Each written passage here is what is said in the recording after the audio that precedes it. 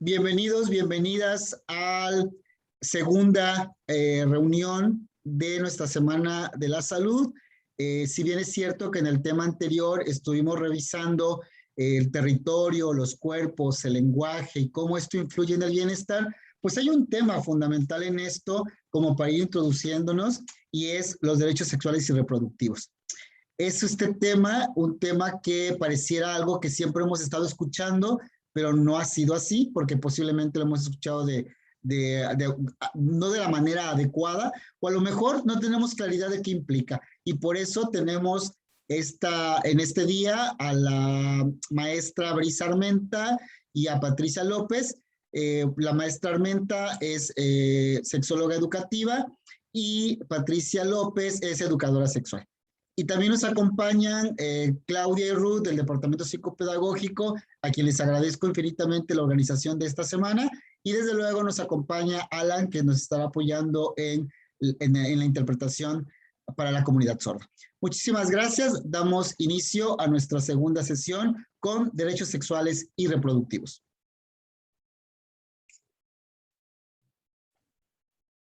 Bueno, dando inicio, creo que antes es necesario comenzar con esta pregunta inicial, ¿no? ¿Por qué debemos hablar de derechos sexuales y reproductivos? Bueno, primeramente gracias y les felicito mucho por esta iniciativa, que ya veo que es la quinta semana, entonces pues sé que es un evento que ha sido recurrente y la verdad es que es un espacio muy vital para poder poner en la mesa de las charlas de la familia, de las juventudes, de todas las personas, no solo quienes nos dedicamos a este tema, de hablar de la salud sexual y reproductiva, que es parte fundamental para tener salud integral, ¿no? Entonces, pues les felicito y les agradecemos muchísimo el espacio. Y pues sobre la pregunta que Claudia nos lanza, ¿por qué debemos de hablar de derechos sexuales y reproductivos? Bueno, en México es poco común hablar públicamente sobre sexualidades, ¿no? Porque hay que hablarlas además en plural, que somos tan diversas como nuestra misma personalidad, ¿no? Porque a veces se piensa que vamos a ser juzgados por hablar de estos temas que se han considerado tabús. No podemos negarlo, todavía existen un montón de prejuicios basados en posturas religiosas, morales, incluso políticas y sin dudarlo sexistas cuando hablamos de estos temas y que salen a relucir estos prejuicios y que pueden afectar a las personas que contamos nuestras experiencias o que queremos vivir más libremente y más plenamente nuestros derechos sexuales y reproductivos. Así que, pues pensando que nos van a juzgar de manera negativa, se inicia como este círculo vicioso con la idea de que es mejor no hablar de eso, ya sea de la sexualidad, de la prevención de embarazos, de las violencias inclusive, de la salud sexual, y cuando en realidad pues guardar silencio no es lo mejor ni para la sociedad, ni las mujeres, ni las juventudes, ningún tema, ¿no? Es muy importante hablar sobre las experiencias de nuestras sexualidades, de cómo las vivimos entre nosotras mismas. También es muy importante que este tema salga de lo colectivo de las mujeres, porque somos las que hemos sido afectadas y violentadas más en este sentido, y saber que somos muchas las personas que hemos tomado la decisión de ejercer plena y libremente nuestras sexualidades. Entonces, pues creo que por eso es muy importante comenzar como desde este marco jurídico, porque los derechos sexuales y los derechos reproductivos parten de un marco legal, no es algo que nada más se hable como una charla al aire, sino que parten de un marco jurídico, y pues de empezar a desmitificar, a hablar de estos temas que creo que poco a poco se ha avanzado a que ya no sean tan tabú. Sin embargo, todavía vamos avanzando en el camino, ¿no? Y nos falta todavía, y creo que estos espacios es justamente la importancia del por qué hablar de estas temáticas. Entonces, pues creo que muchos de los derechos los vivimos, los ejercemos desde el desconocimiento de lo que realmente son. Muchos otros de estos derechos ni siquiera sabemos que son derechos, aunque los vivimos, los ejercemos día con día, y otros no los logramos disfrutar o ejercer plenamente porque no sabemos de su existencia. Entonces, creo que es muy importante abordarlo desde esta situación como de cambiar narrativas, ¿no? Entonces creo que por eso es muy importante.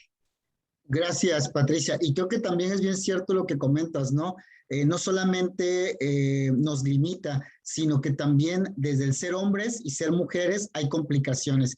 Y como tú bien lo indicaste, ¿no? Las mujeres viven estas violencias, las juventudes, las niñas, los niños, pero hay una una mala concepción del por qué hombre debe hablar también de esto, ¿no? También el hombre tiene que hacerse responsable y debe tener conocimiento de esto. Por ahí, gracias al apoyo de la maestra Brisa, estaremos compartiendo con ustedes material en infografías al respecto a este tema. Continuamos, Ruth.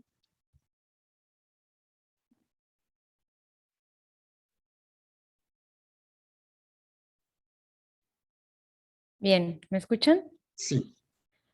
Gracias.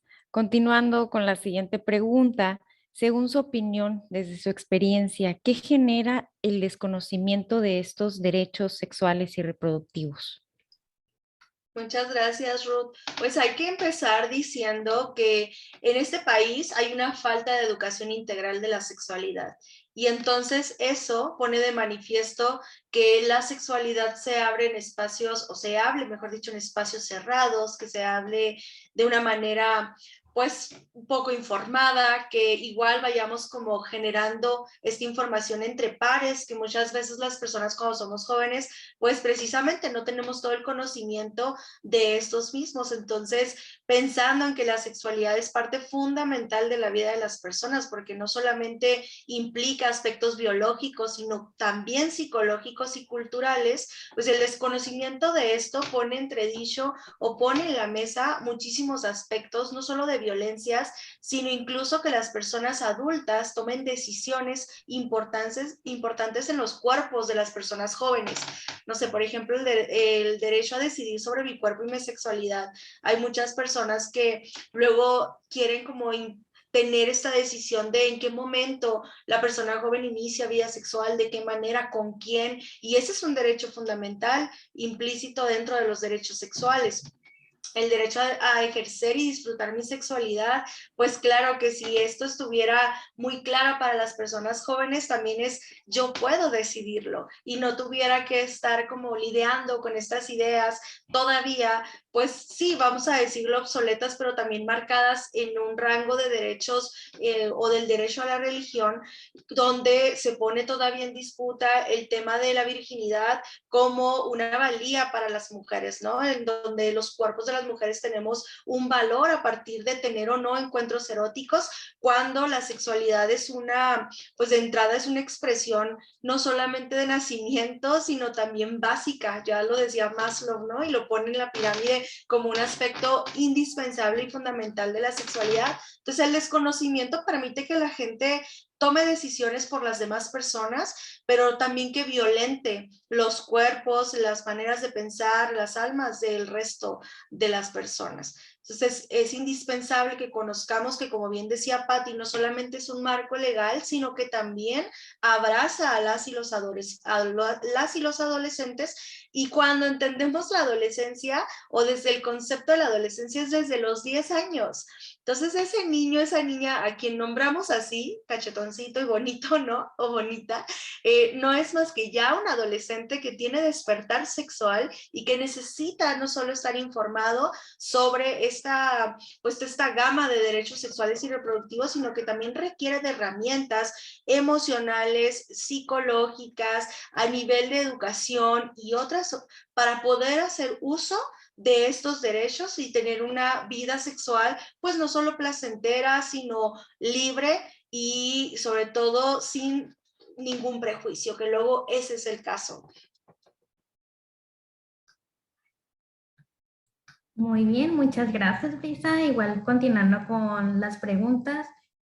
Existe este desconocimiento respecto al tema, ¿no? Pero son las instituciones educativas las responsables de comunicarlo. Pues respondiendo un poco a eso, si bien las instituciones educativas son parte fundamental de las comunidades, nos corresponde a cada integrante de la sociedad, de las comunidades en sí mismas, y desde otras instituciones sociales, no instituciones solo las gubernamentales, sino hablando de instituciones desde esta visión antropológica, social, ¿no? Las instituciones, es decir, la familia, sí, las instituciones del Estado también, pero otros actores importantes, nos corresponde a todas y todos hacer la exigencia de que el Estado concrete políticas públicas y que las difunda, teniendo las mejores estrategias de comunicación para hacer de conocimiento público un tema tan vital para el ejercicio de las sexualidades y la garantía de la salud sexual y reproductiva.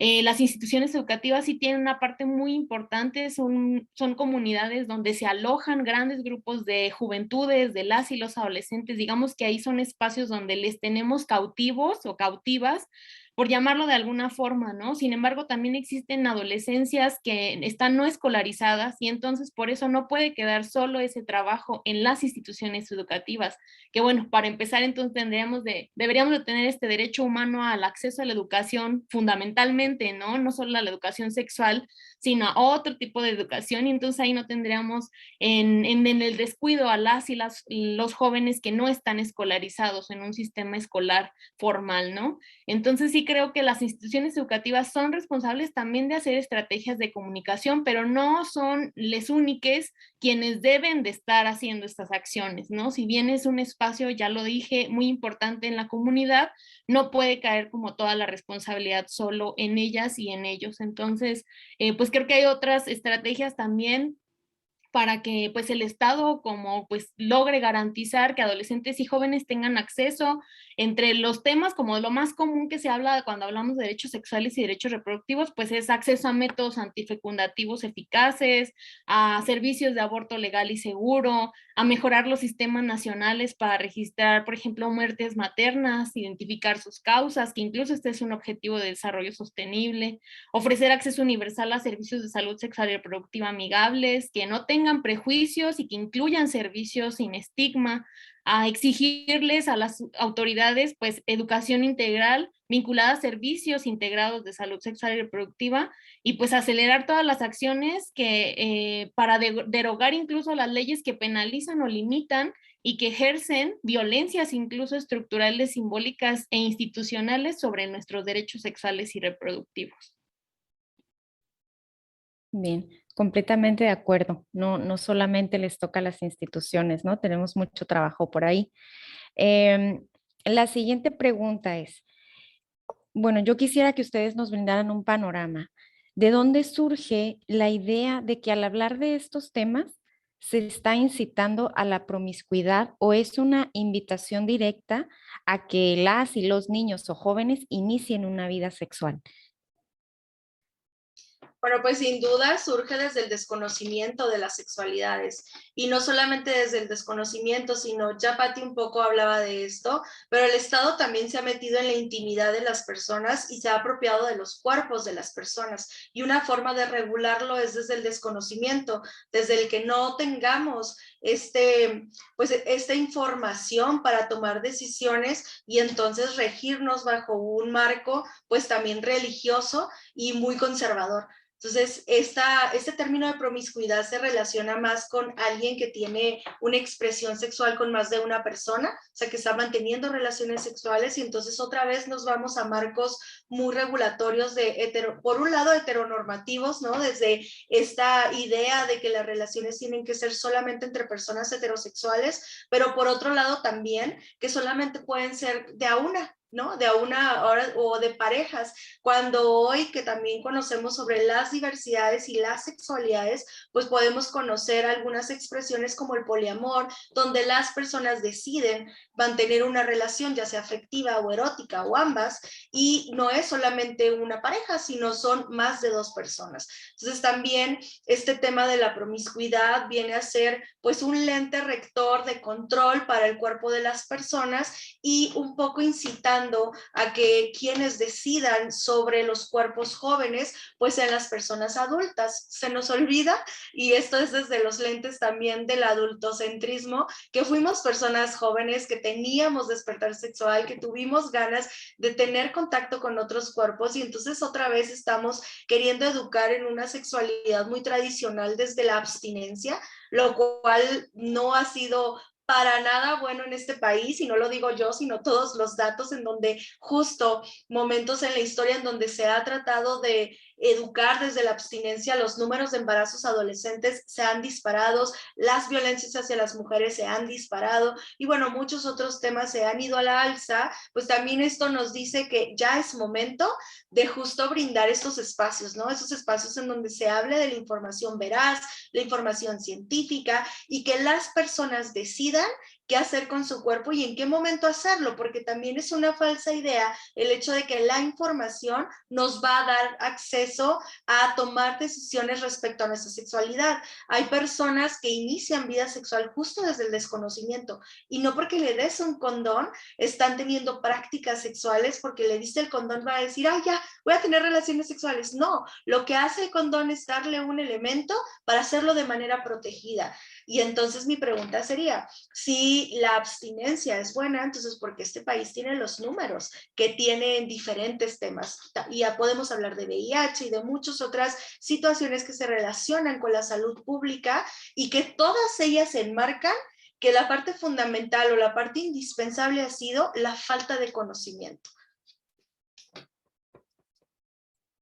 Claro, sin lugar a dudas, creo que nos plantean un panorama súper amplio y tú acabas de mencionar algo muy importante, maestra, cuando hablamos del condón, ¿no? Porque además el condón tiene una cuestión de quién compra el condón, cómo me protejo, ¿no? O sea, si tu mamá y tu papá te encuentran condones en tu casa o en tu habitación, comienza a haber te comienzan a criticar, ¿no? A regañar, a sancionar, cuando debería ser, qué bueno que sabes que existen y que los estás comprando y que te estás protegiendo, ¿no? Entonces creo que tiene que ver algo cierto, lo cultural creo que es fundamental, la construcción de las familias mexicanas desde esta mirada punitiva hacia el accionar y la expresión del erotismo y placer, creo que ha sido una situación que limita la comprensión de estas realidades. Y ciertamente, si algunos todavía no terminan de aterrizar qué onda con esto de los derechos sexuales y reproductivos, creo que la sesión anterior y ahorita nos están hablando de algo muy importante, los cuerpos, mi cuerpo, ¿cierto? Mi intimidad y cómo comparto esa intimidad con los demás y en qué momento. Porque muchas veces, si ahorita las compañeras quieren agregar algo, lo podrán hacer en este sentido. Es bien importante que consideremos esto. Hay agresiones sexuales que no nos identificamos que son agresiones sexuales, porque las hemos normalizado en el compartir nuestra vida íntima o nuestra interacción en prácticas sexoafectivas con otros, con otras, y esto implica que no nos damos cuenta que hay una agresión sexual, porque ni siquiera le hemos llamado así agresión sexual, ¿cierto? Entonces, esto también eso tiene que ver con nuestro bienestar, tiene que ver con la salud, tiene que ver con otros temas que también psicobienestar y sexualidad integral manejan mucho, que es el sexo seguro, el sexo protegido, ¿no? Y estos grandes temas que lo mencionó tanto Patricia como Brisa, el uso adecuado de los nombres, nombrar las cosas como son, ¿no? Que nosotros regularmente usamos la palabra métodos anticonceptivos y no, lo adecuado ahora es nombrarlos métodos de barrera o también algunos métodos antifecundativos. Y cuando uno cambia el nombre, cuando uno cambia esta intencionalidad del cómo nombrar las cosas, lo cambia todo. O la palabra que han estado escuchando con las compañeras que dicen sexualidades. Cuando hablamos de las sexualidades, estamos hablando de un qué para qué de todos los seres humanos involucrados en sus prácticas, ¿sí? Sexoafectivas. Y esto es bien importante, nombrar las cosas como son nos abre el panorama a tener una formación integral, una educación integral, pero también lo más importante, una salud integral y de bienestar. No sé si quieran agregar algo. Sí, me gustaría agregar que justo es urgente que las personas dejemos de naturalizar las violencias y entonces sí empecemos a naturalizar hablar de las sexualidades, porque las personas tenemos despertar sexual, solo el 1% de la población nace asexual y eso es para platicarlo a profundidad en otro momento, pero el resto, lo que quiere decir eso es que el resto vamos a tener un despertar erótico y entonces vamos a tener no solamente corporalmente, sino emocionalmente, psicológicamente, una necesidad de estar en contacto con otros cuerpos y con nuestro erotismo. Entonces, el día en que nosotras también entendamos o pongamos en función eso, y que en lugar de limitar la sexualidad, demos otras herramientas, no solamente las emocionales y las de toma de decisiones, que son fundamentales para estos temas, sino también el que empecemos a hablar de masturbación, de autoerotismo, o sea, de estas otras opciones que tenemos las personas para tener este contacto con el cuerpo, para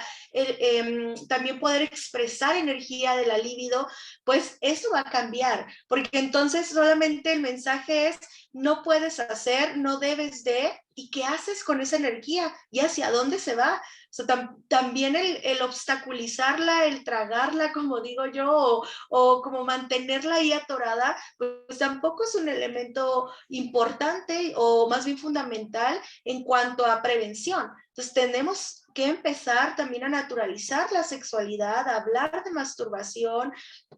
Y bueno, yo siempre he dicho que el día que nos den un juguete sexual desde la adolescencia, las personas estaremos tomando decisiones distintas en cuanto a con quién nos vinculamos y cómo nos vinculamos en la adolescencia, porque también mucho se vuelve totalmente penetrativo a partir de no saber que hay muchas otras experiencias eróticas y no solamente la penetración.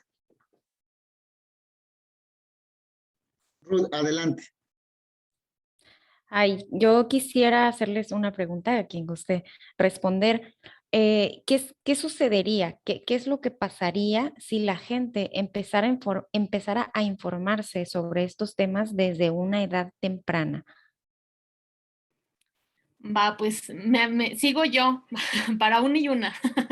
Híjole, pues yo creo que las comunidades serían bien diferentes o serán muy diferentes porque hay que pensar en positivo, ¿no? En que esto sí se va a lograr, en que vamos a avanzar, sí son cambios culturales, como lo decía el maestro Antonio, muy importantes, muy fuertes. Traemos una carga cultural pues bastante, pues sí, de muchos años atrás, ¿no? Pero pues yo creo que lo ideal va a ser que si empezamos a conocer de nuestros cuerpos, de las sexualidades y que recuerden las personas que derechos sexuales y reproductivos, sexualidades, no solo hablamos de esta parte erótica, sino también de los afectos hacia otras personas, del desarrollo de nuestra personalidad, incluso de salud mental. Entonces, no nada más es como esta pequeña parte de lo reproductivo, sino que son otras aristas y otras partes de nuestra vida. Entonces, creo que sí empezaríamos a construir relaciones más sanas, relaciones placenteras, ¿sí? Erótico-afectivas placenteras, empezarían a disminuir también las tasas de embarazo adolescente e infantil, que también es una realidad muy cruda en nuestro país. Hay mucho alto índice de embarazo en niñas entre 10 y 14 años, que se busca que esta práctica se erradique y que eso también implica que los hombres puedan romper el pacto patriarcal y que dejen de ejercer violencias hacia las mujeres, que dejen de ejercer violencia sexual hacia las niñas, que dejemos de hipersexualizar a nuestras niñas y adolescentes, que pueda cambiar también la cultura y el discurso mediático. Y ahí pues claro, nos estamos metiendo contra el patriarcado, tenemos que ponerle mucha perspectiva de género feminista y además también incluso cuando hablamos de sexualidad nos metemos contra el capital, porque también se ha capitalizado mucho nuestros cuerpos. Entonces creo que culturalmente hablando sí serían grandes cambios. Estructuras tendrían que cambiarse, ¿no? También las instituciones, como lo decía al principio, las familias, las comunidades como tal, no la institución del Estado, sino estas otras actores sociales involucrados, pues podrían mantener, yo creo que comunidades más plenas, ¿no? Con bienestar, pues sí, con cuestiones como más lindas, ¿no? Para las personas, ¿no? Aprendiendo como desde las sexualidades se cambian muchas cosas y las perspectivas de nuestras vidas. Entonces, pues sí, sé que suena muy utópico, muy bonito, muy acá en el discurso, suena como de wow, realmente llegaremos, pero yo creo que sí vamos a llegar porque nos ha tocado ver, por ejemplo, ya la despenalización del aborto en otros estados, cuando eso hace unos años ni siquiera era algo que veíamos cercano posible, pero los movimientos sociales están ahí, existen y resisten y estamos logrando entre todas y todos cambiar también esa parte. Entonces, pues creo que ese va a ser el ideal cuando podamos hablar de nuestros derechos sexuales y reproductivos y ejercerlos desde temprana edad. Brisa, ¿quisieras agregar algo? Pues nada más decir y agradecer el espacio, como bien lo decía Pati al principio, me parece que esto que hace Unipac, porque no lo hace solamente hoy, sino que lo viene haciendo durante todo el año y desde que surgió la escuela, como estar muy de la mano con el tema de las sexualidades, con la importancia de que las personas que se forman hoy no nada más se formen en temas muy básicos en cuanto a, y cuando digo básicos me refiero como a lo fundamental de cada carrera, sino que también transversalizar los enfoques de género, también transversalizar el enfoque de derechos humanos, porque al final los derechos sexuales y reproductivos se desprenden de los derechos humanos, y eso me parece, no porque les adore, sino porque justo de verdad lo creo, es una diferencia de otras instituciones, pero también hace la diferencia de profesionales mucho más capaces, de profesionales de las diferentes áreas, mucho más sensibles, y sobre todo que vean personas integrales, que no vean números o problemáticas, sino que vean seres detrás de cada profesión. Entonces, muchísimas gracias. Al contrario, gracias Brisa, gracias Patricia, gracias Alan, gracias Ruth, gracias Claudia. Y a mí solamente me resta compartirle a toda nuestra comunidad académica y a quienes vean esta información, que para poder opinar, para poder argumentar, siempre tiene que ser a partir del conocimiento. No eduquemos bajo nuestras propias limitaciones. Fomentemos, ayudemos, colaboremos desde el conocimiento, porque solamente así podemos elevar, superar las barreras que hemos tenido en el crecimiento como sociedad, como individuos, como familias. Y hay una frase que me encanta muchísimo de Rina, que es: para que menos familias se desintegren, hay que informarnos, ¿sí? Y eso es lo que tenemos que hacer, ayudarnos a partir de la información. ¿Va? Pues muchísimas gracias. Seguiremos a nuestra tercera sesión de la quinta semana de la salud y esperamos que esta información sea de mucha utilidad para su formación integral como profesionistas y profesionales. Gracias, que tengan excelente día.